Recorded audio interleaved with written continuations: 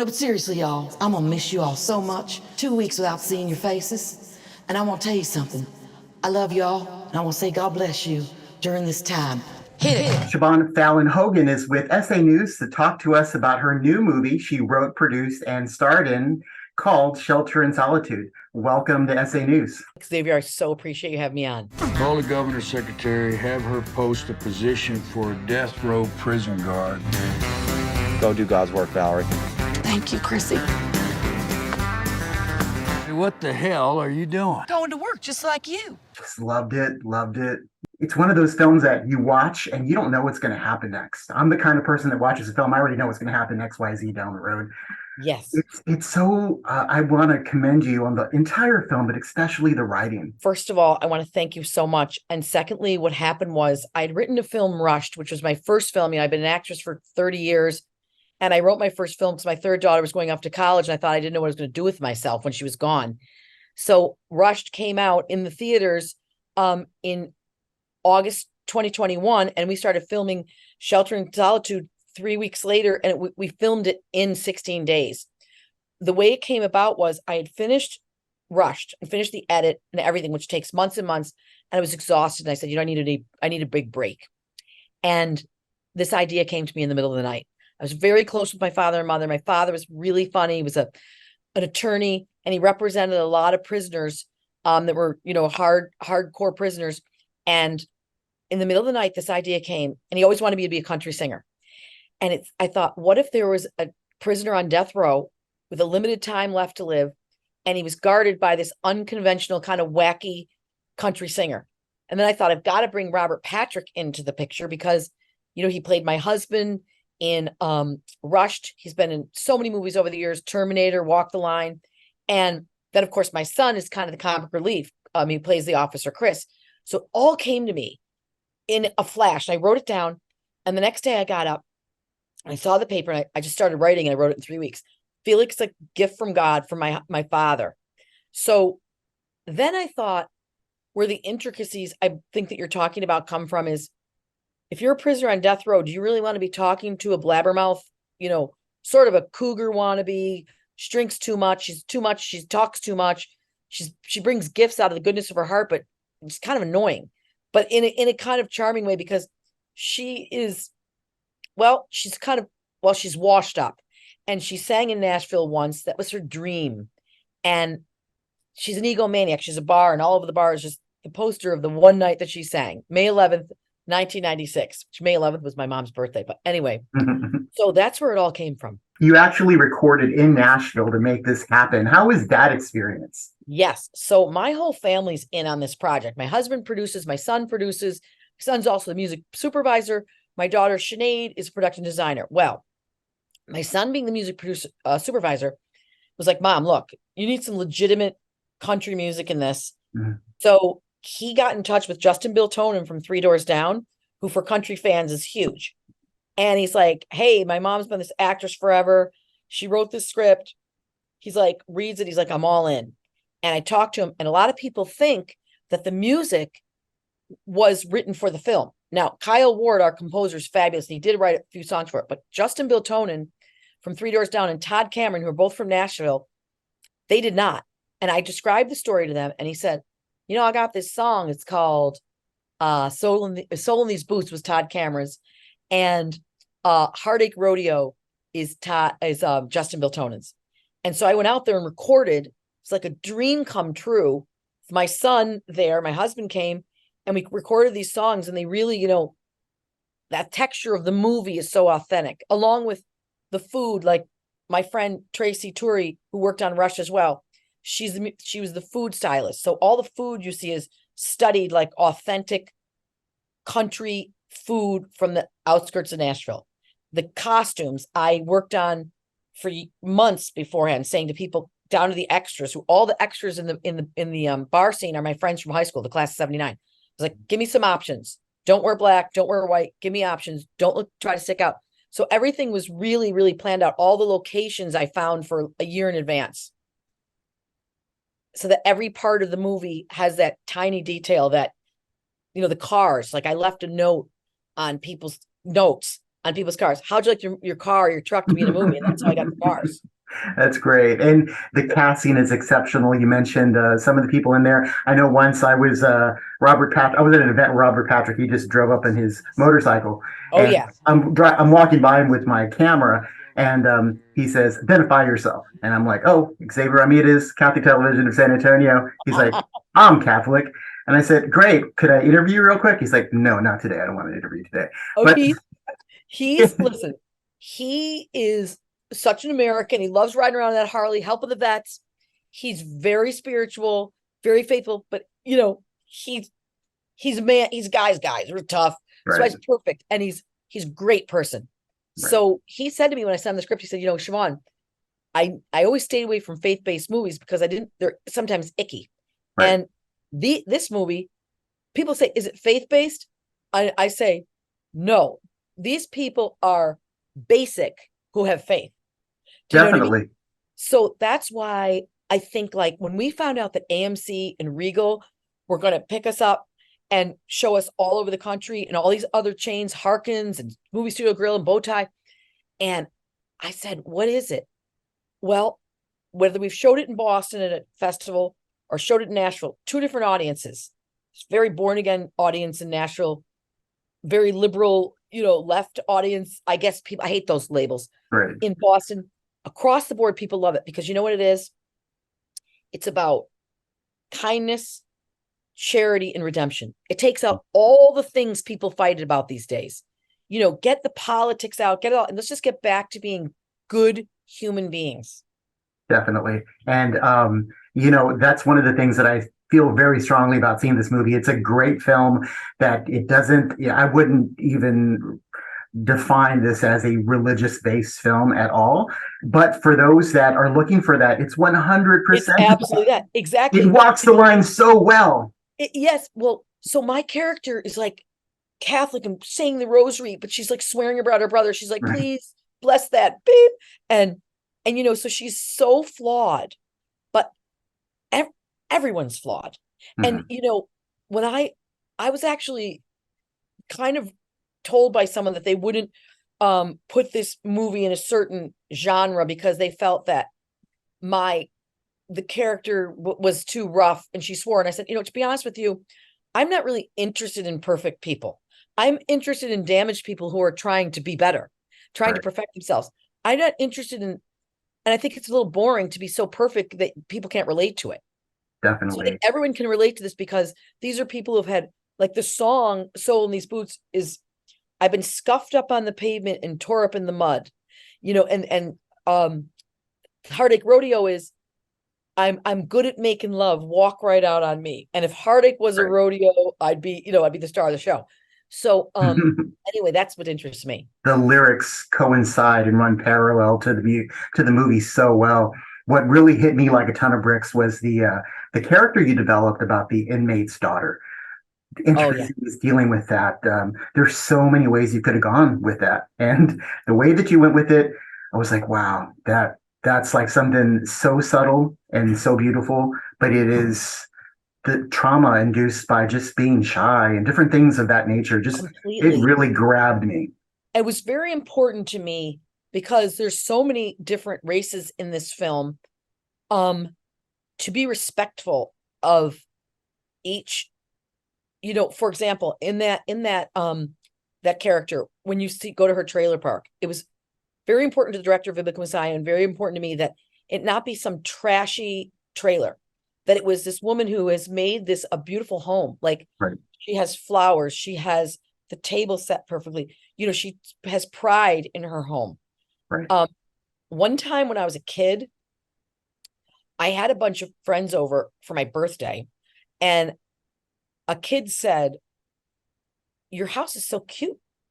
And my father said to me afterwards, "What your friend said, never say that to someone." He said, "Every person's home, they worked their tail off for that home. And you never put it down as if it's just, oh, so cute, because they're so cute is something that you worked your rear end off for your whole life." Right. And that's the writing I'm talking about, the exceptional writing in this film, because you have to have worked very, very, very closely with this director because you see it. There's no way that I don't feel that there's no way you would have allowed certain things to happen without you saying, no, it's got to work like this. Even Right. the posters in the bar, how well they're organized and showing how, what was once in your life, that the character's life. And she's wearing clothes that like she's beyond those, and she still thinks she's got it going on. And then a lot of people will say, but sometimes I'm laughing so hard. But I'm very fascinated, and I was within Rushed as well, of people, tragic things happening to funny people and how they handle it. Because funny people are not used to being sad or down in the dumps or or not being the life of the party. So when the life of the party gets crushed, then what happens? Yeah, definitely. The other thing that I really enjoyed about it was that you're not taking any kind of political take, but you're showing a very honest perspective of what's happening out there and what happened during the pandemic. Not many people want to see a pandemic film. They're not ready That's for right. it. But the way this works, it's the perfect leaning into starting that discussion, because I don't feel that at all. I just feel like a great movie that I'm able to see. I would love to take this to people that have very left and right side views on politics. Exactly. Yeah. Which that's another thing. Like, why did it become political? But the thing is that my character, these people at the beginning of the pandemic, and my character says when she's singing, she says, "Oh, I'm going to miss you all. See you in 2 weeks." Like we all thought it was going to be over. And then she says, "If you don't mind, I'm going to take this off. I can't breathe with it on." And then then my son's character is like, "What are you doing without the mask?" So it's that all sides of everybody's opinion without judging it. You know what I mean? Right. Because we Right. were all so new to it. No one knew. But then we made very sure, of course I was like, wait a minute, we can't have the masks on. How are we going to hear them? So it had to be part of my character that she's a rule breaker and she takes the mask off. Right. Right.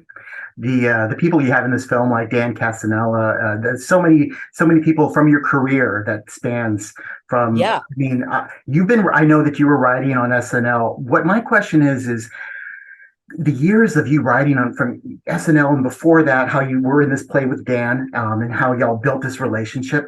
How was it all these years being a Catholic in the industry to this point where now you're writing and producing your own films? I was never shy about saying what I would and wouldn't do, starting at SNL and even before then. And I think people really respected that always. I think it's when you hide it and then you become like bitter or like, oh, it's awful. But I was always like, oh no. There was a particular sketch on SNL. I was very new. And they were like, okay, Siobhan, so your cast is this role. And I was like, oh, here's the thing. I can't do that. And they're like, why? And I'm like, my father will kill me.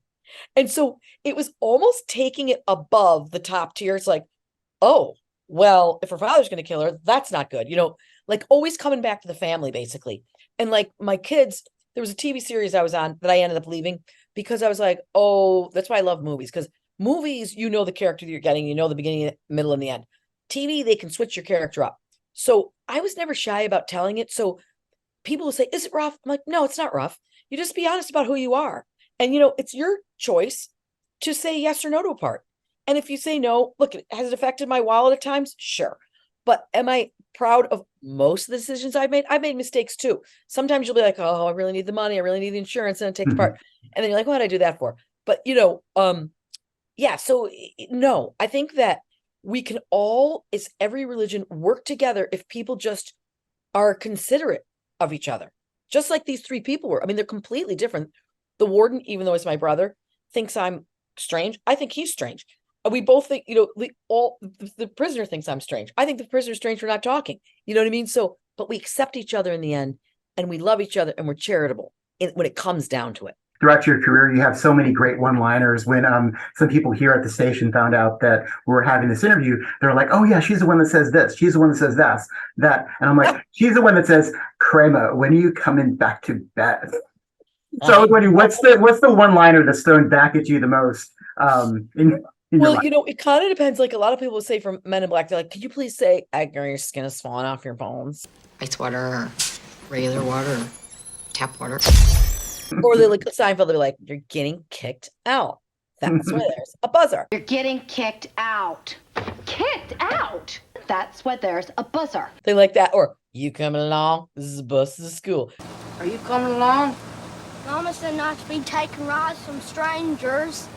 There's all kinds of them. And then the TV show, which my good friend David Goodman, who like just was a major force in ending the strike with the Writers Guild, he's the one who found me Peter Macon. Wow. And I got on the Golden Girls because he was writing the Golden Girls, and he wrote this TV show, Fred, when I was like, I'm taking a nap, Fred. So, but when you only have, throughout my career, I'm like, let's face it, I've had, but done character roles, and other than like New in Town, where I was Renee Zellweger's secretary, or The Negotiator, I've never been on a film for a really, really long period of time, other than Rush that I wrote myself, or Shelter in Solitude. So I was always like, got to make hay while the sun shines. You got to get in there and and I remember I had this agent once, and he was British. He's like, Siobhan, could you possibly not try to steal the film with 3 lines? And I was like, okay, no, that would be no.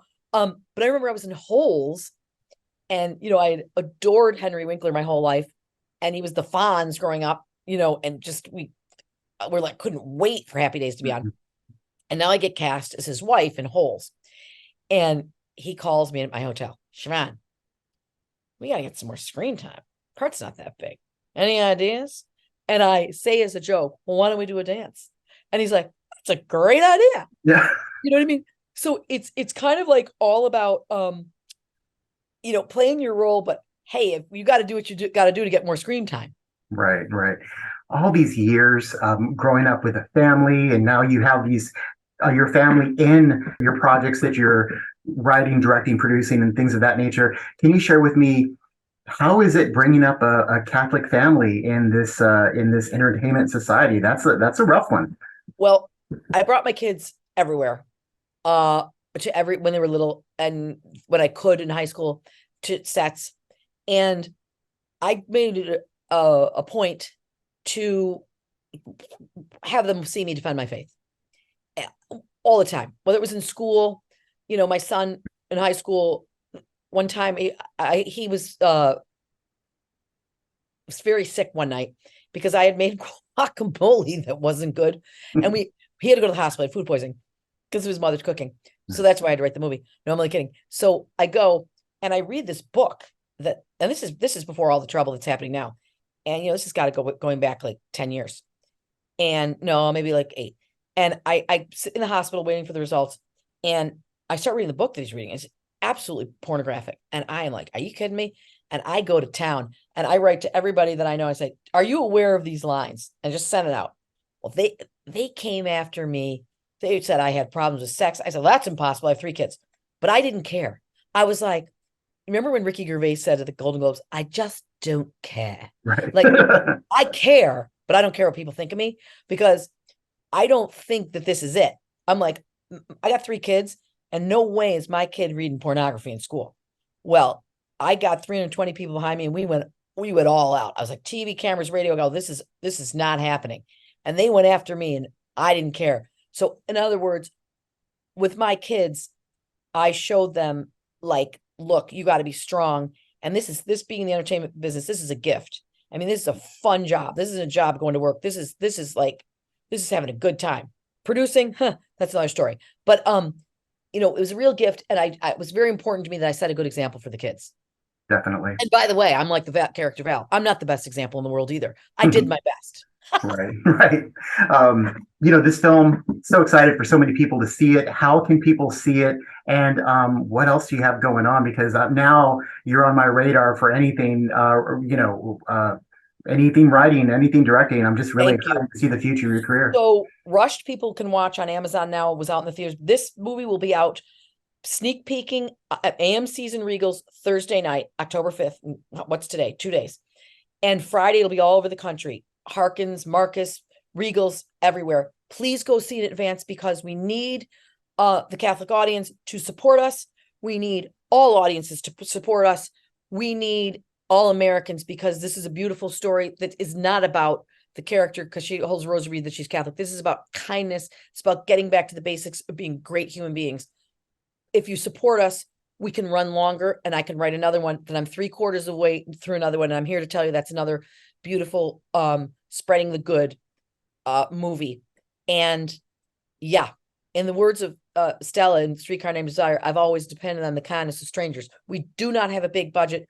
Our Instagram is at Shelter in Solitude or at Siobhan Fallon Hogan. Our Facebook is at Shelter in Solitude. Please follow us, get out there and support it. If you like it, write a review about it on IMDb or Rotten Tomatoes. Tell everybody. And I just hope for the best for the movie because Peter Macon gives an Oscar performance. So does Robert Patrick. My son's hilarious. My daughter Sinead's great. Dan Castellan is amazing. Michael Oberhauser, Patty Scanlon, Vivica Messiah, director, did a great job. Our cinematographer won Best Cinematography in Boston. Sabina Miliani, who edited March of the Penguins. We have a stellar cast and crew. I'm so proud of it. Shelter in Solitude. I want to be the first to say that definitely award season. Y'all are going to have to start getting ready, getting dapper. I got to go on a diet. You don't think it makes me sick to my stomach knowing that in 8 days I gotta put him to his death? I ask your Lord Jesus to protect my daughter. Me and you were raised to bend the rules. You are a man. Now you bend them.